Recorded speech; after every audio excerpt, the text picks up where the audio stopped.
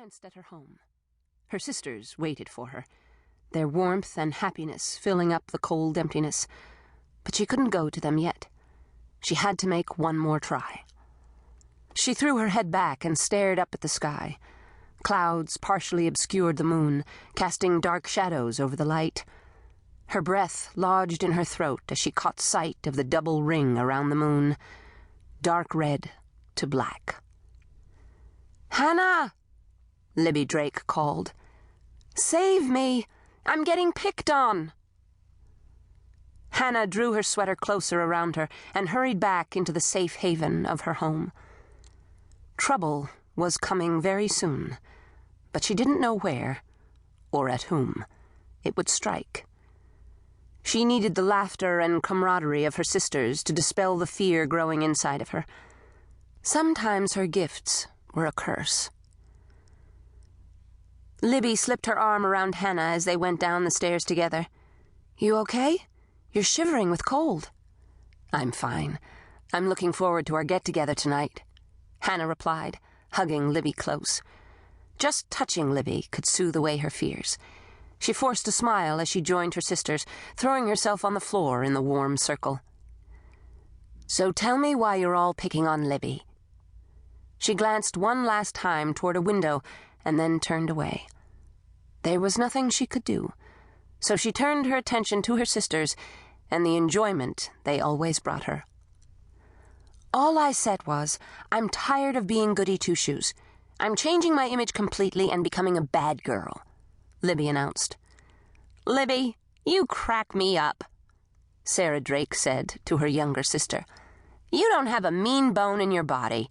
You couldn't be a bad girl if you tried." Libby scowled at Sarah, and then glared at the circle of faces surrounding her. "I am not the goody two-shoes you all think I am." "Oh, really?" Jolie Drake raised an eyebrow from where she was sprawled out on the floor. "Name one person in this world you'd like to see take a flight to Mars. Someone you utterly despise." Laughter rang through the living room. "No way is that possible." Hannah leaned over to kiss Libby on her temple. "We all adore you, hun, but you really don't have it in you to be a bad girl. Not like me, or Jolie." She looked at the youngest sister, or Elle. The laughter increased, and Elle shrugged. "It's the red hair. I take no responsibility for my, interesting personality." "It's way more fun to be bad," Jolie said, unrepentant. "No one expects you to do the right thing, and you're never really in trouble. Mom and Dad never expected me to be polite and kind when we were growing up. They spent all their time telling me to censor myself." She reached for a cookie and sat up to drink her tea. "I tried to explain I was censoring, that 5 things came into my head and I picked the least offensive, but they still weren't thrilled." Elle grinned at Jolie over her teacup. "They got used to being called into the principal's office at school. I was really glad I came after you. You paved the way for me. I argued with the teachers over everything, and the counselor said I had problems with authority figures." "They could never actually catch me at anything," Hannah said, breathing on her fingernails and polishing them with a satisfied air.